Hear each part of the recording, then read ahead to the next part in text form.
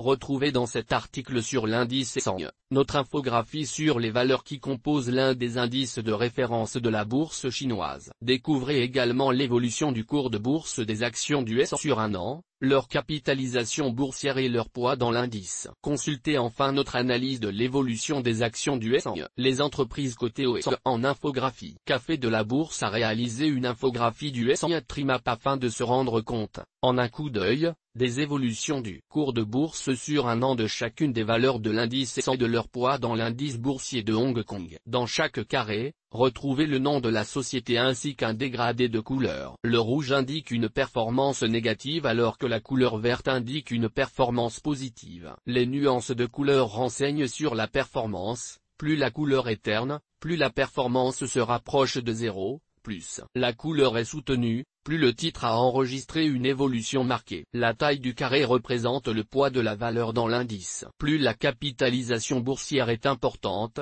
plus le carré est grand. Cours et sans composition de l'indice de référence de la bourse chinoise. Le S&P est l'un des indices de référence des places de marché chinoises. Il a été créé en novembre 1969 et se calcule selon les pondérations des sociétés qui le composent. Sa cotation et ses flux de données sont assurés par la S-Index Company Limited. Le 26 janvier 2018, l'indice S&P a enregistré son record historique à 33 223 points. Lors de la crise financière de 2008, l'indice S&P a touché un plus bas à 10 676 points. Voici le code ISIN du S&P, HK0000004322, établi à 29 805 points au 25 avril 2019. Sociétés cotées au S&P. Les 50 valeurs de l'indice boursier. Tableau des sociétés du S&P. Nom, dernier cours de bourse.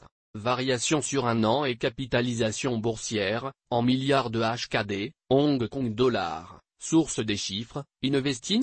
Analyse de l'indice boursier de référence chinois. En premier lieu, voyons quelle a été la performance du S&P sur un an. L'indice a clôturé à 29 805 points le 25 avril 2019 et était de 30 328 points en clôture du 25 avril 2018. Sa variation sur un an a donc été baissière de 1,72%. 29 sociétés sur les 50 composant l'indice sont haussières en variation un an, soit 58% du S&P. La moyenne équipondérée des 30 sociétés du S&P a été de plus 0,49% sur la période. C'est la performance moyenne de toutes les sociétés qui composent le S&P en considération de leur pondération au sein de l'indice. Évolution du cours de bourse des 5 plus grandes sociétés du S&P. Les 5 plus grandes pondérations du S&P ont réalisé une légère surperformance par rapport à l'indice global. Leur moyenne est de 1,33%. Contre 1,72% pour le S&P. Source des chiffres,